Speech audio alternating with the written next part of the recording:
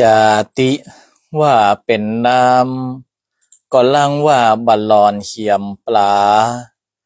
จาติว่าเป็นต้งเป็นนาบะมีแมงดาก็ลังว่ามีต้นเข้าจาติว่าเป็นเก้าไม้ใหญ่บะมีตกโตก็ลังว่ามีนกเกาเกิดเป็นคนเฮาแล้วบ่มีศีลธรรมพระเจ้าคนเท่าเปิ้นจังประมาทดูแควน ขอเจริญปอนเจริญโชคเจริญชัยเจริญมั่งเจริญมีเจริญสรีสวัสดีกับท่านสาธุชนคนดีFCรายการทุกท่าน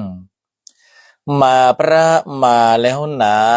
ญาติโยมศรัทธามาฟังพระครูวิโรจน์ชยาภรณ์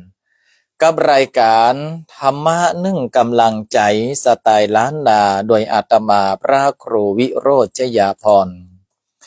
ศรัทธาญาติโยมท่านสาธุชนทุกท่านวันนี้อากาศค่อนข้างที่จะร้อนอบอ้าวยิ่งกว่าไก่อบโอ่งจนกระทั่งกบมันร้องอบเนาะฮ้อนจนพอใจป้อมดีนะปกติแล้วอาตมาภาพเนี่ยก็จะเปิดพัดลมแต่วันนี้ยิ่งเปิดมันก็ยิ่งอุ่นยิ่งเปิดมันก็ยิ่งร้อนพัดลมนี่มันตึงสู้แอร์ตังวัดบ้านหงหลวงบ่ได้นะทางวัดบ้านหงหลวงท่านพระครูปริยัติรังสรรค์ด็อกเตอร์นี่เป็นเย็นฉ่ำ19องศาเนาะขนาดสามเณรเตียวกายมาได้นี่ปะทอดได้ตุ้มพัดท่วม กราบไหว้สาอุเลนอุหนัวหลวงพ่อท่านพระครูด็อกเตอร์นะครับวันนี้ก็อย่างที่ว่าร้อนกายได้แต่อย่าร้อนใจก็แล้วกันเนาะอะไรที่มันทำให้เราร้อนอกร้อนใจร้อนรุ่มสวงในก็ก่อยๆชะเล่าชะลมก็ด้วยทำจิตทำใจให้มันแช่มชื่นเบิกบานกันแล้วกันอาตมาภาพก็บ่ฮู้จะว่าใดเพราะมันร้อนโดยทั่วท่วนแต่เฮาก็ยังก็ถือว่าโชคดีกว่าแห่มหลายๆพื้นที่ที่เปิ้นโดนลมพัดเกิดความเสียหายอันนั้นก็ต้องให้กำลังใจเปิ้นตัวแต่ในส่วนของบ้านเฮานั้นบางที่ก็บอกว่าลมก็พอมีพ่องละเนอเจ้าท่านแต่ทั้งนี้และทั้งนั้นก็ยังแคว้นเหลือตังอีสานเนาะอันนี้ก็ต้องหั่นใจพี่น้องตังอีสานโดนพายุหมุนเขตร้อนเข้าไปอาตมาภาพดูคลิปเป็นดีเอ็นดูตกอกตกใจก็ให้กำลังใจพี่น้องตังอีสานตัวดังนั้นร้อนก็ร้อนตามใจมันเตอะเนาะแต่เราอย่าร้อนอกร้อนใจก็แล้วกันเพราะอย่างพ่อเลี้ยงบูมคุณครูฟุ้งและคณะโดยรอศิลป์เปิ้นมาแห่ในวันนี้พ่อเลี้ยงบูมตีกองตัวเจ็ดเหือตัวจะลงเพลงแล้วมันฮ้อน แต่ก็ตีเอาจนแล้วตีเอาจนเสี่ยงจนแน่นใจเนาะฮ้อนตั้งนอกได้แต่ว่าตั้งในอย่าร้อนรุ่มอย่าร้อนรนกันแล้วกันเนาะรักษากันไว้เนอะเอาละศรัทธาญาติโยมท่านทั้งหลายวันนี้อาตมาภาพก็มีโอกาสได้พบปะพูดคุยสนทนากับหลายๆคนหลายๆท่านมาโอ้กันเรื่องหนึ่งเพื่อก็มาเหมือนกับว่าสนทนากันในเรื่องของความเป็นไปได้ศรัทธาญาติโยมทุกท่านในพุทธประวัติตอนหนึ่ง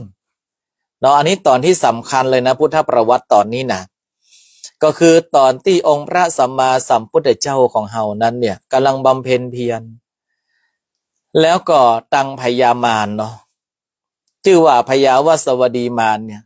ก็เข้ามาที่แรกเนี่ยเข้ามาเหมือนกับชักชวนให้ออกจากการบำเพ็ญเพียรปิ๊กไปเป็นมหาจักรพรรดิอย่างเก่าเอาความสะดวกเอาความสบายเอาความมีอำนาจเข้ามาหลอกล่อรอบแรกนั้นก็การไปพอรอบที่สองก็นี่ใจไม้แข็งละพญามานี่ใจไม้แข็งศรัทธาญาติโยมยกทัพมากรีธาทัพมาทัพจ้างทัพม้าและทัพพลเตียวดินตึงตัวใหญ่ตัวน้อยพกหอกพกง้าวแม้กระทั่งพกมีดพับก็ยังมา เพื่อที่จะมาข่มขู่บอกว่าถ้าหากว่าท่านมายอมที่จะละออกจากการบำเพ็ญฌานสมาบัติเนี่ยหมู่ข้าทั้งหลายนี้ จะถล่มท่านให้ตายท่านมาเสียดายชีวิตแกตอนนั้นก็บอกว่าพึงรักษาธรรมพึงสละชีวิตเพื่อรักษาธรรมอย่างใดก็ต้องบรรลุให้ได้บุญกุศลที่ข้าพเจ้าได้ทำมาบ่ฮู้กี่ร้อยกี่ปันจัดขอให้มากรรมมากุลมาช่วยเหลือข้าพเจ้าเถอะปรากฏพระแม่ธรณีออกมาบีบมวยผมน้ำออกมาดังมหาสมุทรถังปั้งเข้ามาจากนาแจ่แว่เข้ามาจากม่อนพญานาคราชปาดเข้ามาตังเวียงป่าเป้าเข้ามาตังสารปีหนีเข้าไปตังละปูนลุนเข้าไปตังแม่อายตายหงายออกไปปุ้นไหลออกไปตังน้ำโขงน้ำโคกุนเนาะโอ้น้ำนี่ก็ไปนักไปหลายลูกน้องพญามารก็ปิ้นความปิ้นหงายแหละโอ้ต้านทานอย่างใดก็มาอยู่กวาดบั้มเดียวหายเสร็จหมดแล้วนี้พญามารมาก่อการแล้วแต่ก็ยังไม่ยอมแพ้นะมันยอมสมานคล่องดีพญามารเนี่ยตัวเองการแต่ยังไม่ยอมการยังไม่ยอมแพ้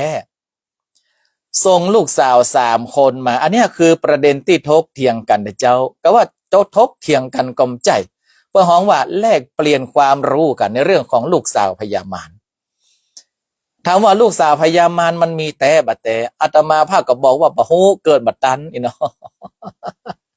ถ้ามาใจตู้เจ้าที่โดนเขาตีตาเขียวล่ะเขาก็ไข้หัวกันก็นะหลายๆตนก็บอกว่าพญามารนี่จะเป็นแต่จะหาหลายๆตนก็บอกว่ามาใจกะหาพญามารนี่จะเป็นการอุปมาอุปไมยหรือเปล่าท่านอาจารย์พิเชษฐ์ขึ้นว่าใดคือว่าพญามลูกสาวพญามารหรือว่าตัวพญามารนี่มีแต่ก็หรือว่ามันเป็นการอุปมาอุปไมยเปรียบเทียบขึ้นมาเนี่ยก็คือเป็นข้อที่เอามาแลกเปลี่ยนกันแต่เจ้าก็เลยอาตมาภาพก็อยากจะรู้เนาะอยากจะได้ดูจากทัศนะหลายๆคนที่เป็นครูบาอาจารย์ก็เลยจะเอามาอู้ฮือศรัทธาญาติโยมต่างหลายได้ฟังก่อนที่จะอู้ฮือฟังศรัทธาญาติโยมคิดว่าพญามารหรือลูกสาวพญามารที่อยู่ในพุทธประวัติเนี่ยมีจริงหรือไม่มีจริง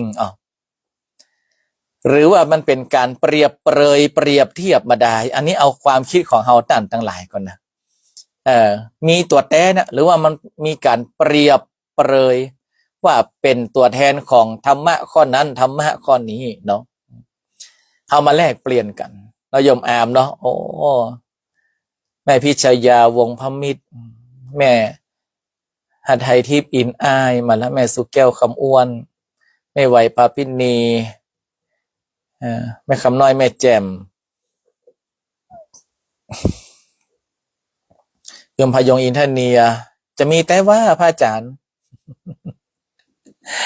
มาหัวเมื่อก่อนเฮาเรียนพุทธประวัติมาเฮาก็ได้ยินเนี่ยบ่เนาะก็คือว่าอย่าง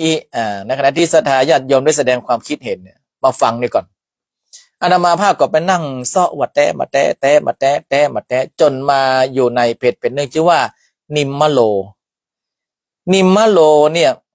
เพิ่นก็โอ้ในเรื่องการตอบปัญหาของว่าที่ดามาร3 คนเนี่ยคือว่านางตันหานางราคะนางอรดีเนี่ยมีจริงหรือไม่ที่ดามาร3 คนนะในที่นี้เนี่ยนิมมโลเนี่ยมันเป็นเจ้าของเพจอาตมาภาพอ่านแล้วมันน่าจะคล้อยตามได้นะในความคิดของนิมมโลกับอาตมาภาพมาได้เนอะในนิมมโลเพิ่นบอกว่าที่ดามาร3 ตัวเนี่ยตัณหา1ราคะ1อรดี1เนี่ยมันมีความหมายมันมีความหมายตัณหานั้นหมายถึงความทยานอยากความร่านรนอยากได้อยากเอาเพื่อสนองตนอันนี้คือคนแรกชื่ออิตัณหาเนาะคนที่2ชื่อราคาหมายความว่าความกำหนัดติดใคร่ในกามารมณ์อันที่3ชื่อว่าอิอรดีหมายความว่าความมายินดีมาพอใจชุนเฉียวคำว่าอรดีคือบวกรติแปลว่าไม่รติแปลว่าความยินดีเนาะก็เป็นอรติคนไทยเขามักจะห้องอรติที่จริงอรติคือบวกรติแปลว่าไม่รติคือความยินดีเนาะอย่างตัวก็เป็นมหาแต่ พออาตมาภาพขึ้นมาถึงตรงอู้มาถึงตรงเนี้ยศรัทธาญาติโยมก็ขึ้นหั่นก็แม่นแต่นะเป็นการเปรียบเปรยธรรมะแต่นะแต่ว่ามันยังมีต่อศรัทธานิมมโลเนี่ยเปิ้นบอกว่าน่าจะมีตัวตนนิมมโรน่าจะมีตัวตนหั่นเอาละโอเคเย่ละ มันจะมีตัวตนได้ครับข้อความนี้ปรากฏในพระไตรปิฎกมีข้อความว่าลำดับนั้นมารธิดาคือนางตันหานางอรดีและนางราคาจึงพากันหลีกออกไปณส่วนข้างหนึ่งแล้วร่วมกันคิดอย่างนี้ว่าความประสงค์ของบุรุษมีแตกต่างกันแลอย่ากระนั้นเลยพวกเราควรระมิตเพศเป็นนางกุมาริกาคนละร้อยเนี่ยข้อความเนี่ยมันเลยเป็นที่มาของคำว่ามารยาร้อยเล่มเกวียนก็คือในพระไตรปิฎกในตรงเนี้ยเพื่อก็ยังอู้ถึงนางอธิดามารในมารทีตสูตรสังยุตตนิกายสถาขวักเนาะอันนี้เปิ้นอ้างมาอย่างนั้นอาตมาภาพก็อ้างไปเปิ้นเป็นอย่างนี้แต่ทั้งนี้ทั้งนั้นก็ขึ้นอยู่กับว่าศรัทธาญาติโยมท่านทั้งหลายจะพิจารณาอย่างใดเนี่ยธิดามาร3ตัวเนี้ยก็ไปอู้กันว่าเราจะไปเนี่ยอย่างใดดีที่จะให้มหาบุรุษเนี่ยเปิ้นได้ละออกจากความเปลี่ยนอรดีว่าใดราคาว่าใดนี่อรดีก็บอกว่าเอาอีปีเจ้าคิดว่านะเฮาควรที่จะใจมารยาของเฮาเนี่ย3คนเนี่ยเฮาใจมารยากันคนละ100อย่างเด้อปีก็101เจ้าก็101อีน้องราคาก็101ราคาเนี่ยเฮา3คนก็ใจมารยาอย่างละ100บัดเดี๋ยวนี้100เล่มเกวียนเนาะเฮานี่น้อยนะอันน่ะกะปีเฮยนะเอาอย่างอี้ก็แล้วกันเฮ้ยอีน้องน้อยนี่ไปก่อนอีน้องราคะเนี่ยอีน้องลากาเนี่ยเอาไปหยั่วยวนเอาไปล่อเหียก่อนข้างไก่ไฟไข่ไก่แดดหนังตักซินอซิเนฮันเตอร์ราคะก็บอกว่ามาเป็นเจ้าปี่เรื่องนี้น้องถนัดดอกมันถึงเหลืออีนกในนครคุณพี่เจ้าขากันนะอาตมาภาพมันใช่พ่อนะละครคุณพี่เจ้าขาเนี่ยอันที่หูเพราะว่าท่านพิเชษวัดนาแจ้โทรบอกมาได้เหรออันน้องก็ไปจัดการก็เลยแล้วปี่จะคอยดูเพราะเขาว่าผลงานลูกสาวพญามารคนละอีน้องราคะเนี่ยก็เลยเข้าไปปรากฏอยู่เบื้องหน้าปรากฏอยู่เบื้องหน้ามหาบุรุษพร้อมกับมีเสียงเพลงโดยกิริยาอันยั่วยวนเนาะเอาขี้ข้างไปถูเอามือไปจี้เนี่ยแปลงตาอย่างใดมาเตื้อนางแมวยั่วสวัสด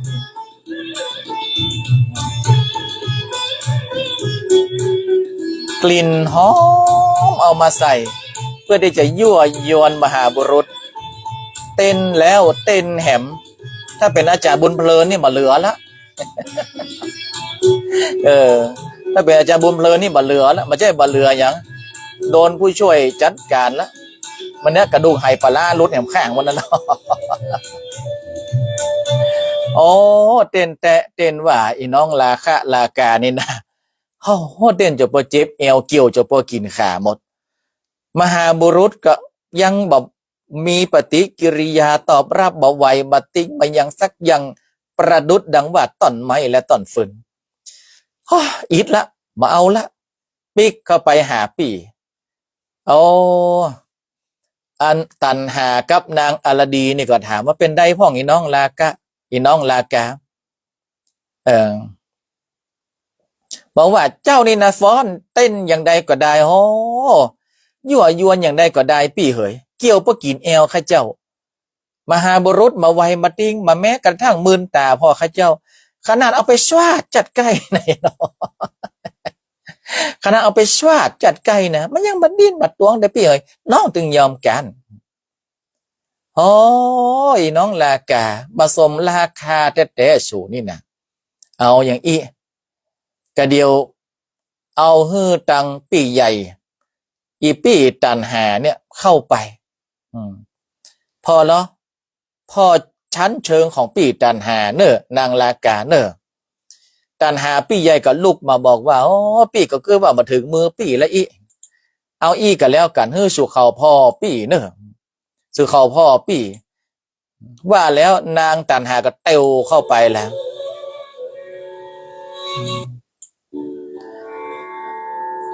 ไปนั่งอู้เป็นจ๊ะเป็นหน้าเลยนะแต่งตัวอย่างภูมิฐานในระมิตตัวภูมิฐานเลยเป็นผู้ดีอ่ะเป็นราชนิกุลนะโอ้ในเรื่องของความมีอำนาจโอ้ในเรื่องของความสูงส่งด้วยอำนาจโอ้ในเรื่องของความทะยานอยากเพื่อที่จะเป็นหนึ่งในไตรลา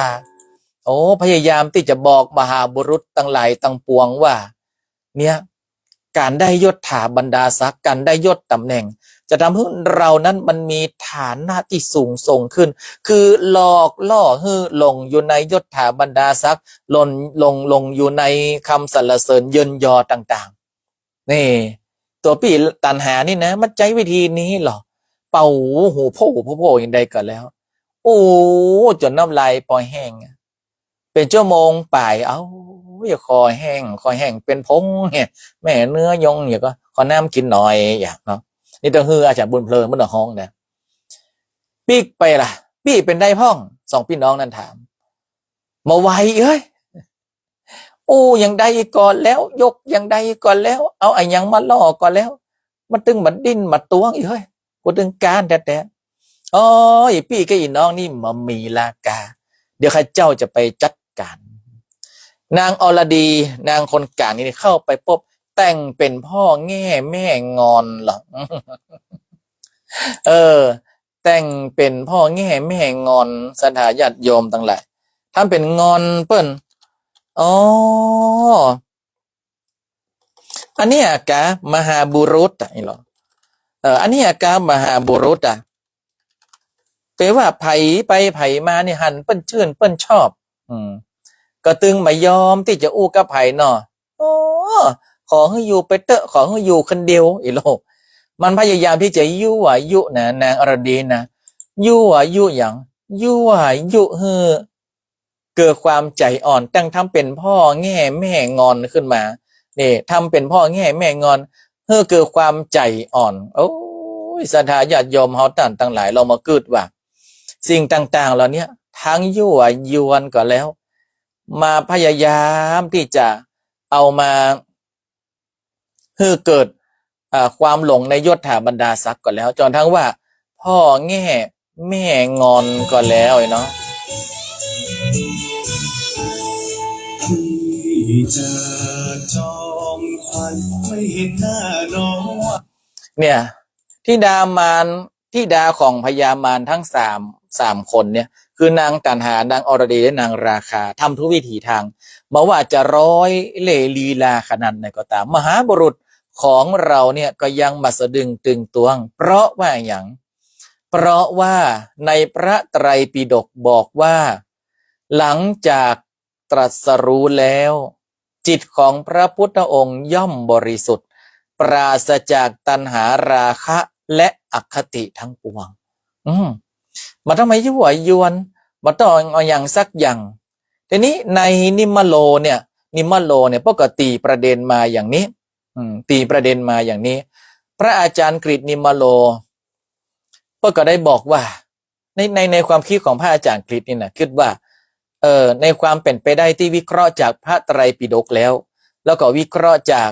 ถอดความหมายแล้วน่าจะเป็นไปได้ว่าลูกสาวพญามารทั้ง3ตัวเนี้ยน่าจะมีตัวตนที่ปรากฏในพระไตรปิฎกในพุทธประวัติเนาะแล้วก็น่าจะมีการทั้งเปรียบเปรยกับหลักธรรมในตามพระพุทธศาสนาก็คือตัณหาความทยานอยากร่านรนอยากเอาเพื่อตนเป็นใหญ่หรือว่านางราคาหรือว่าราคะคือความกำนัด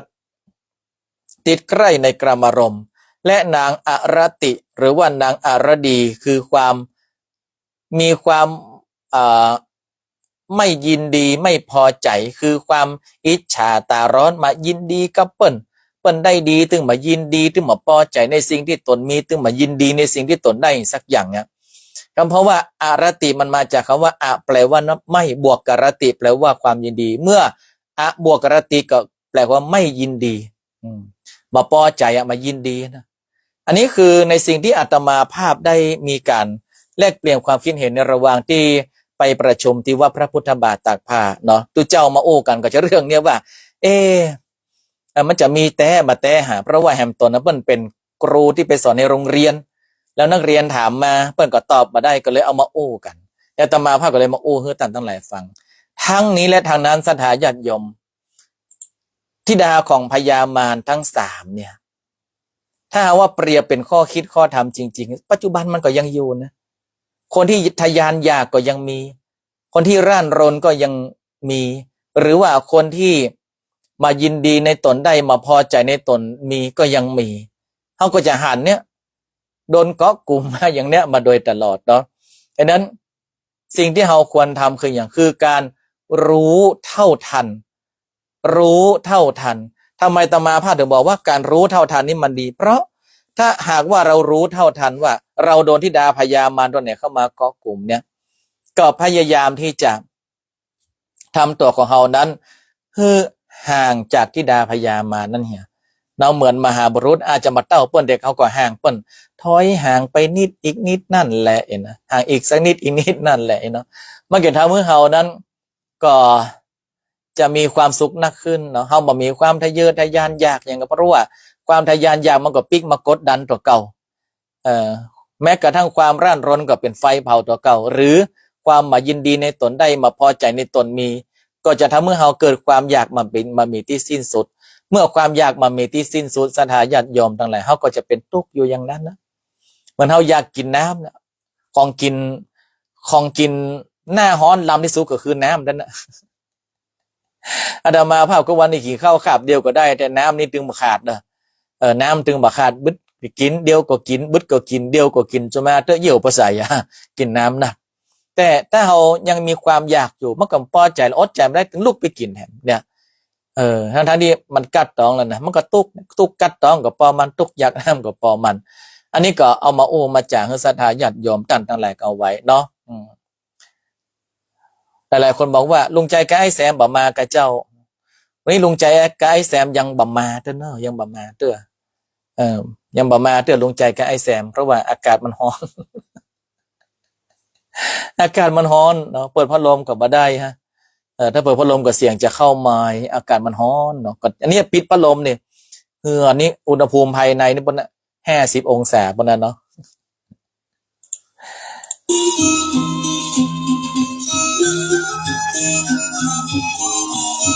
วันนี้อาตมาภาพต้องลงรายการก่อนเวลาน้อยนึงเนาะเพราะว่าเดี๋ยวจะต้องไปซ้อมสวดกับสามเณรของวัดโบสถ์น้ำดีต่อถ้าอย่างไรแล้วก็มาป้ารายการกันทำไมน้ออนุโมทนากับศรัทธาญาติโยมทุกท่านอนุโมทนากับโยมนัชชาปิยเนตรอนุโมทนากับโยมสุภัทราวีระอนันตวันอนุโมทนาแม่อบเชยเวียงพิงแม่หลวงสายฝนจันโกนะแม่หมอนิภาวันอภิวงงามอนุโมทนายมอุ่นลุงปอยแม่พิสมัยสีเทพธรรมรงและโยมสุทัศน์ปีสวรรณยมปินพัทรานาเมืองรักแล้วก็แม่หมูตยพากันใหม่ในวันพรุ่งนี้วันพรุ่งนี้มาได้ออกรายการวันฮือกันเนาะสำหรับวันนี้รับเป็นสุขตื่นเป็นสุขทุกท่านบุญรักษา